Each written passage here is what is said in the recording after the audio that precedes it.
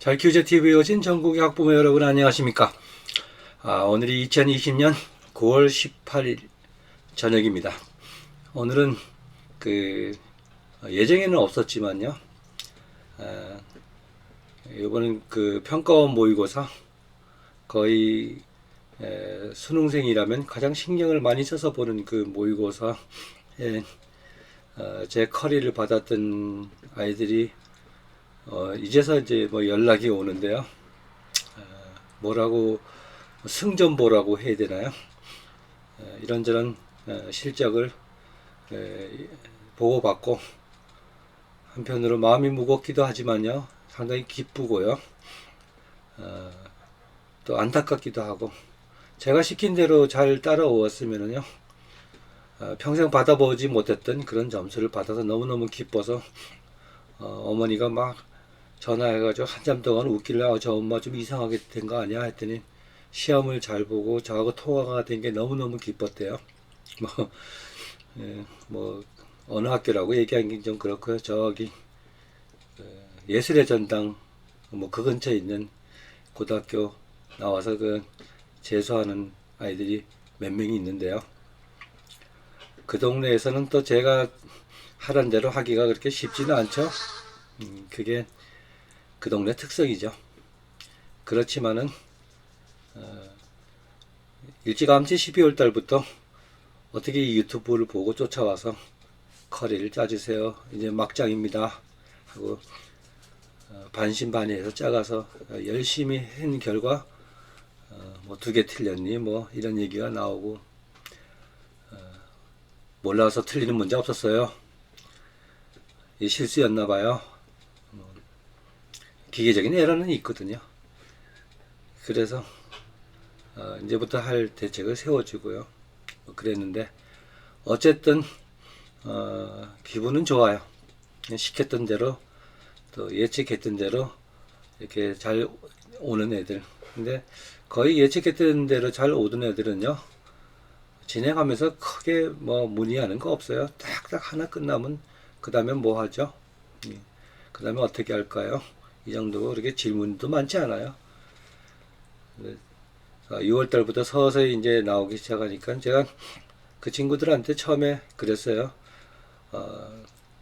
다른 건 몰라도 너네 학교 이번에 재수생이 몇 명인지 몰라도요, 재학생, 재수생 다 합해서 아마 네가 제일 점수가 좋을 거다. 더 나가서 조금 더 한다면은 네가 보는 그 수능장에서는 아마 네가 제일 잘 볼 거야. 많은 애들이 다 꿈을 가지고 하겠지만은 결국 승리자는 너가 될 것이야. 이런 얘기 한 적이 있어요. 거기는 그만한 근거도 있고요, 확신도 있기 때문에 그런 얘기를 하거든요. 단 제가 시킨 대로 따라하지 않는 경우는 대책은 없어요. 그래서 오늘 기분이 좋은데요. 예전에는 제가 이렇게 고민을 안 했던 과목이 있어요. 이게 국사거든요.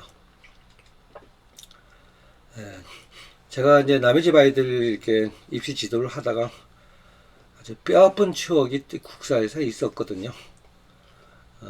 고등학교 1학년 들어가자마자 자퇴하고 나와서 서울 가서 1년 동안 깨지고 와서 11월 달에 와서 12월부터 하면 어떠구나. 죄송합니다. 그래가지고 설마 11달 만에 고2 수준에서 전국 수석이 나올지는 몰랐죠. 근데 이제 2학년 때, 고 2학년 때 그냥 재미삼아 한번 보자 하고 수능을 봤는데 국사는 고3 때 가서 하자 하고 빼놨었어요. 그래서 서울대를 못 갔죠. 그래서 성균관대 글로벌 경영학과를 갔는데 그때 이대생 모집할 때요, 최연소로 갔어요. 지금 아주 잘 먹고 잘 살고 있죠. 그래서 물론 그런 국사도 있었지만요, 어느 과목이나 그 아이가 다 잘하는데 또 국사를 내가 싫어해요, 국사 점수가 안 나와요, 이런 고민도 있더라고요. 근데 어느 과목이나 이렇게 하다 보면요, 그 아이가 처음 접하는 선생님에 따라서 때로는 한 과목이 망가질 수도 있어요. 그 선생님이 못 가르치거나 뭐 그런 게 아니라 상황에 따라서 아이가 자기 생각하고 좀 다른 부분이 있거든요. 저도 여태까지 대학까지 나오고 할 때 제일 시험을 못 본 과목이 국사였어요. 그건 제가 똥꼬집이 있어서 그런 거죠. 그 국사라는 거는, 그러니까 저는 그렇게 국사를 아주 잘 가리키는, 제 기준으로 잘 가리키는 선생님을 못 만나서 아마 그랬던 것 같아요.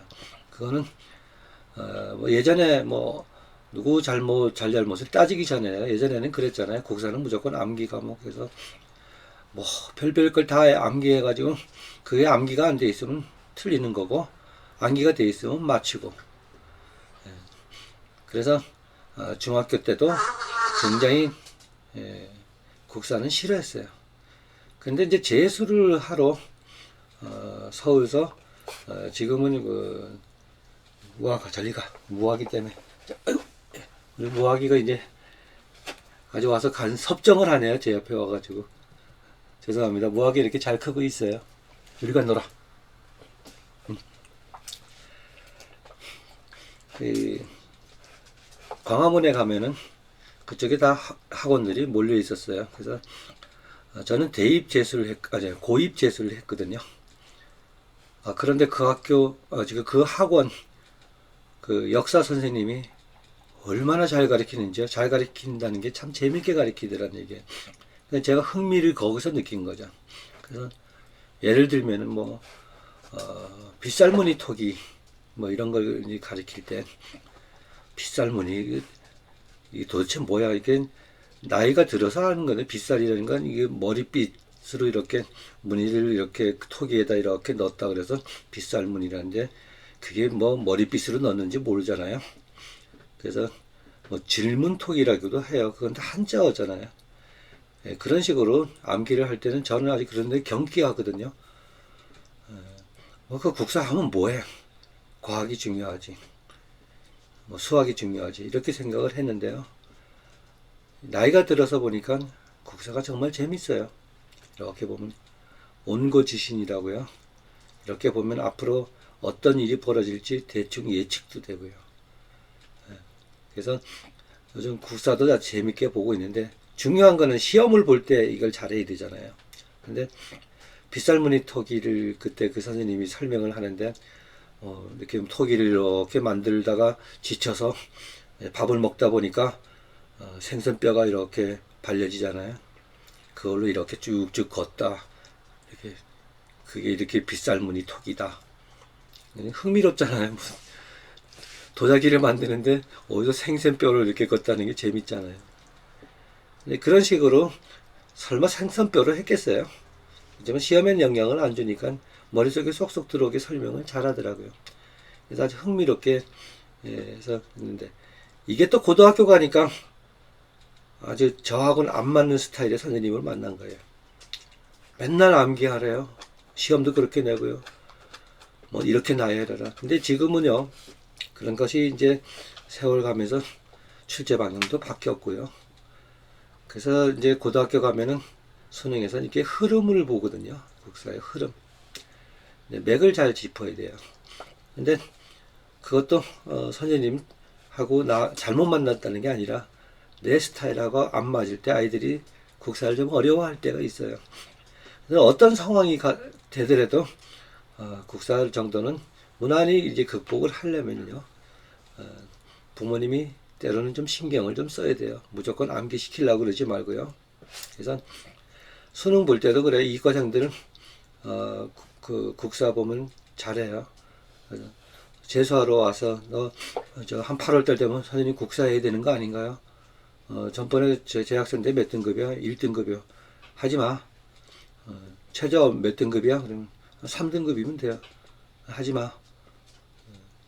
그래서 수능 한 달 전에 한번 쭉 해가지고 그냥 1등급 나오거든요. 근데 그런 애들, 너 국사 공부 어떻게 했냐면 이상하게 돼요. 국사 선생님 어떤 분이야? 그래. 아주 재밌게 잘 가르쳤어요. 그러니까 집중이 됐다는 얘기죠. 재밌다니까요. 똑같은 것도 재미없게 가르치면 아이들이 잘 못하겠죠. 그죠? 그래서 에, 물론 공부를 흥미 위주로 해서는 안 되겠지만요. 일단 교수법이 좋으면은 아이들이 또 잘해요. 그래서 우리 아이가 국사를 잘 못한다. 그래서 또 교수법이 나빠서 애들이 국사를 못하는 건 아니고요. 아이들이 어느 과목이든지 이렇게 하다 보면 한 과목 한 과목에서 본인이 위기가 올 때 있어요. 이럴 때 극복을 잘 해야 되거든요. 그래서 위기가 와서 아이가 나는 이 과목이 싫어 이렇게 되면 문제가 생기는 거잖아요. 그죠? 그래서 그런 걸 없애기 위해서 오늘은 이 국사에 대해서 좀 설명을 드리는 거잖아요. 그죠? 전에 이제 2002년도에 2001년도, 2002년도, 또 2000년도 이때 자 서울 시내나 전국적으로 아주 유명한 선생님들이 있었어요. 그러면 이제 수학이나 국어나 영어 선생님의 유명한 선생님이 아니었고요. 참 그 메가스터디 회장으로 있는 손준 선생님의 국사, 한국지리 이게 전국을 휩쓸었거든요. 아니 대학 결정 짓는 건 국영수가 아닌데 그건데 왜 그 과목 선생님이 이렇게 유명하지? 그때만 해도요 국어나 수학보다 사탐인 과탐 선생이 더 유명했어요. 그럴 수밖에 없는 게요. 우리가 이 수능이라는 이 체제를 아이들이 잘 이해를 못하죠. 그래서 생겨난 일에 뭐 수학, 영어 이런 건 어느 정도 해야 하는데 이 사탐, 과탐이 탐구 문제가 아주 젬병이 돼버렸어요, 애들이.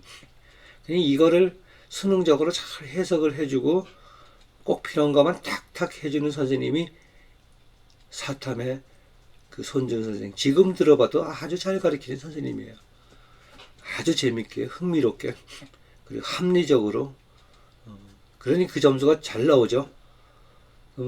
예체능계 애들한테는 거의 신격화된 선생님이고요. 과탐 쪽도 마찬가지였어요. 몇 번 선생님이 계셨어요. 뭐 이범이나 현영수나 뭐 이런 분들요. 그리고 사회 쪽에는 그 지금은 안 하시는 그 아주 사회가 아니라 화학 쪽은 지금은 안 하시는 선생님 유명한 선생님이 있었고요. 지금 들어도 명강이에요. 박호진이라고요. 지금 들어봐도 제가 거기에 세뇌가 돼서 그런지 몰라도요. 그만큼 꼼꼼하고 합리적으로 이치적으로 잘 가르치는 선생님은 아직까지는 제가 보지 못했어요. 어쨌거나요. 이 국사를 어렸을 때부터 아이가 잘못 접해서 국사에 낙오자가 되는 이것도 안 되잖아요. 그죠? 국사도 학교 가면 내신도 이 녀석이 왜 지하고 얘기 안 한다고 옆에서 이제 으르릉 되네 얘가. 아 참. 야 저기 봐. 우리 무학입니다. 저쪽 간 놀아 있네. 이따가 와. 뭔 얘기를 하다가 지금 이 녀석 때문에 흐름이 다 깨졌는데. 그래서요. 우리가 부모 입장에서는 아이가 어느 한순간 국사를 싫어하는 경우에 빠지지 않게 하려면요. 좀 커버할 부분은 좀 해야 되거든요. 그래서 저는 이제 코로나 때문에 이렇게 서점에서 뭐 들락달락 안 하는데요. 전번에 그 집중력 문제에 관한 이렇게 서적을 한번 소개했잖아요. 그때 뭐 이런 것도 있어. 뭐 별로 이렇게 생각을 안 했던 또 책이 하나 또 나왔더라고요. 제가 뭐 책 장사는 아니고요. 두뇌놀이 역사여행이라고 이렇게 나왔더라고요. 두뇌놀이 역사여행. 이게 이 책이요. 국사적인 내용은 그렇게 많지는 않아요. 그렇지만 고조선 시대부터 현대 근대사에 이르기까지 한순간 한순간을 아주 재미있게 엮어놨거든요. 또 재미만 있는 게 아니라 이걸 퍼즐 게임하는 식으로 집중력도 키워주는 식으로 이렇게 훈련을 시켜주니까요. 그냥 가볍게 이렇게 한 번씩 이번 추석 때나 뭐 이렇게 책을 구입해서 아이 보고 하라면 재밌어 할 거예요. 굉장히 흥미롭게 여기 집중이 되거든요. 이거 퍼즐 맞춰주듯이 숨은 그림 찾기 하다 보면요. 요게 역사의 한순간 한순간 한 페이지 한 페이지마다 있어요. 그래서 국사적인 내용은 적지만 전체적인 흐름을 한눈에 이렇게 꿰는 데는 큰 역할을 해준다. 그래서 지금 수능에서도요, 암기보다는 전체적인 흐름을 보거든요. 그래서 아이가 이런 틀을 국사의 초창기부터 끝부분까지 이렇게 머리에 이렇게 연대별로 하나씩만 이렇게 대못 박히듯이 이렇게 딱 돼 있으면요. 그 다음에 나이가 들어서 거기다 국사 과목을 이렇게 채워넣을 때, 아, 내가 그때 그 게임 했던 그 부분 다음에 뭐다 하는 건 기억이 나거든요. 그래서 그 전체적인 흐름을 파악하는데, 굉장히 도움이 되고요. 또 역사 때문에 문제가 될 수 있는 어떤 한 파트를 미연에 방지해 줄 수 있다. 그래서 소개해 주는 거예요. 그냥 국사책 이런 애들이 좀 거부 반응이 있잖아요. 하지만 이렇게 초등이든 중등이든 고등학생도 괜찮아요. 이렇게 쭉 보면 역사의 흐름 위에 쭉쭉 읽어보면은 전체적인 흐름을 맥을 잡을 수 있다. 거기다가 교과 내용을 집어넣을 때는 전체적인 흐름을 잘 이렇게 갖게 되기 때문에 시험은 뭐 국사 시험 크게 문제 없이 잘 본다. 그래서 지금 이과생들이 국사 뭐 거의 만점 나오는 애들 보면요, 어떻게 공부해왔니, 어떤 책 봤니 하면 제가 얘기하는 거에 거의 맥락을 같이 합니다. 그래서 뭐 한번 그냥 서점에 가서 꼭 이 책이 아니래도 뭐 이런 비슷한 게 있으면요, 구입을 해서 가볍게 전체적인 흐름을 보는데, 국사적인 내용이 너무 많으면은 아이들이 또 집중을 못하죠. 그래서 그냥 지나가는 길에 한번 짚어주면은 어떤 면에서는 아이가 국사 공부하는 데서 큰 부담은 덜어줄 수 있다. 이 점을 말씀드리고 싶네요. 어쨌거나 오늘은 그 승전보에 제가 많이 기분이 업되었네요. 안 나오던 무화기까지 이렇게 소개를 해주고 그랬는데요. 자, 남은 시간 집중을 하면은 세상에 받아보지 못한 점수 받습니다. 지금 고3이나 고3 학부모님들이 이 강의를 듣고 계신다면은 절대로 뭐 수시 이런 거 생각하지 말고요. 걱정하지 말고 하던 공부 열심히 하면은요, 올해는 아주 기본적인 것만 열심히 해도 돼요.